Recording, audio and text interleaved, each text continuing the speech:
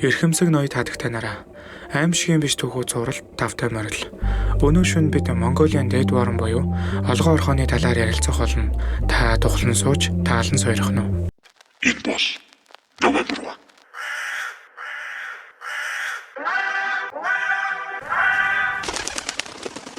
Монголын дээд варан буюу олгон орхон говь хангай бүсийн аймагуд болох Өвөр хангай, Дорн говь, Говь алтай, Дунд говь, Говь сүмбэр гэх аймагуудад амьдарч байх бүрэн боломжтой. Халуун говийн шаргал хэлсэн доор юу нуугдж байгааг яаж мэдэх вүлээ? Монгол улс нь газар нутгийн хэмжээгээр дэлхийд 12-т ордог. Агва өвөг дээдсийнхээ ачаар ийм том газар нутгаар амьдрах аз тохиолсон хэдий ч нийт хүн амын 46% нь нийслэл болох Улаанбаатар хотод амьдрал суудаг байна. Тиймдээ ч хүний хөл хүрээгүй онгон тагшин байгальд ямар нууцуд оршин байгааг таамаглахын аргагүй юм. Хуучин цагт жингийн цуваанд хөлөлсөн тэмээнүүдийн хөл ямар нэгэн зүйлээс болоод зад үсэрдэг байсан бөгөөд говь нутагтай амьдралаа холбосон хүмүүс юу гэдгийг сайн мэддэг тул бушуухан шиг зүгтдэг байсан аж. Түүнтэй орооцолдоод ямар ч сайн зүйл болохгүйг мэддэг учраас хамгийн сайн сонголтод зүгтдэг байсан гэдэг.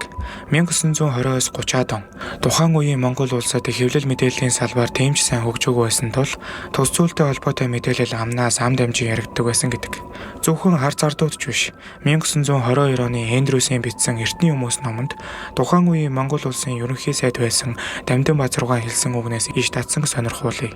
Энэ зүйл нь 2 дохой орчим урт, хям шиг хэлбэртэй, толгоогүй, хүлгүй, маш хор хөнөөлтэй тул түүнд хүрэхтүүд идэл таныг агшин зуурын үхэлд хүргэх болно хэмээн өгүүлж. Холоос харахад ямар ч хөл гар, нүд шүд гэхээр юм байхгүй. Мэдгүй хүнд бол хям шиг эсвэл жихээ тайсан олгоог санагдуулна. Түүнд ойртож хүрэх нь битгий хэл дөхөж очиход ч аюултай.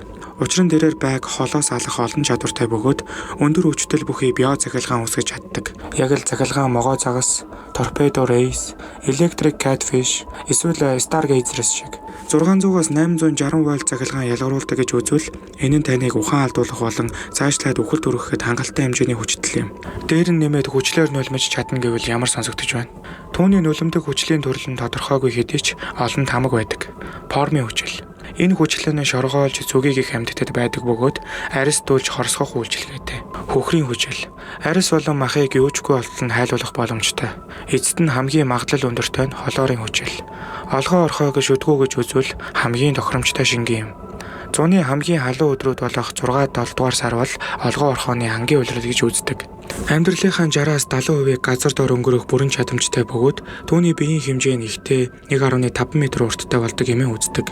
Газрын гадраг дээр гарч ирдэг цөөхөн хэдэн шалтгаан байдгаас эхнийх нь борооны дараа. Чиглэг уур амьсгал нь энэ амьтны хувьд хамгийн таатай орчин тооцогдно. Дараагийнх нь хоол хүнс. Монгол улсад амьдарч байгаа хамгийн том амьтдын нэг болох тэмээ мэтийг агендаг гэхээр хүний хүч түүний өмнө мөхс үз. Сүүлийн шалтгаан бол үржилд орохтой. Тэр бол элсэнд орох тесрэг бөмбөгөл гэсэн үг.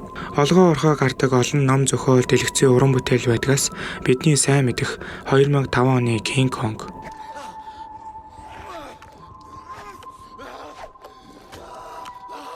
2021 оны Dune, 1988 оны The Blob,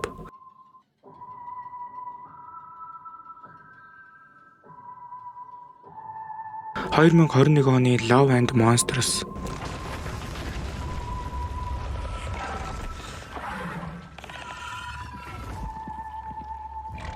дуртай дуусгааргүй олон эсрэг дүрүүдийг бүтээж. Dune каноны дээд ворон. Тэрээр газрын жижиргээг мэдэрч бүх зүйлийг залгидаг хэмээн өгүүлдэг шүү дээ. Монголын дээд ворон бол яг л энэ арга барилыг ашиглан ангаа мэдэрдэг. Газрын жижиргээ бол түүний нүд чих юм. 1920-оос 2000 оны хооронд зөвлөлт холбоот улс, Америкийн нэгдсэн улс, Англи, бас бус орны олон эрдэмтэд энэ орхоонуудыг тайлах гэж ирсэн хэдий ч бүгдээрээ гар осон бутсан гэдэг. Монголын говь зүйл гэдэг бол археологчдын хувьд сувд эрдэнэ л гэсэн үг. Үлэг гөрүүлээс ахуулаад говийн мангас болох олгон орхойг хүртэл залгиж орхисон элсэн манхан далаанууд. Монгол улсын нутаг дэвсгэр дээр байгаа эдгээр нууцуудыг монгол хүн өөрөө л тайлах болтугай. Тэр хүртэл төвчээртэй гихч нь хүлээж бай. Олгон орхойн талаар мэддэг зүйлсээ комент хэсэгт үлдээж бусадтай хуваалцаарай. Энэ хүрээд энэ удаагийн дугаар өндөрлөж байна. Бичлэгээ дуустал нь үзсэн танд маш их баярлалаа. Хэрэв танд манай бичлэг таалагдсан бол лайк болон subscribe дарж биднийг дэмжээрэй. Үүнтэй ижил төстэй контент үзмээр байвал November 1 Telecommunication channel-ыг сонгоорой. Дахин нэг гайхалтай шөнө эргэн уулзтлаа. Түр баяртай.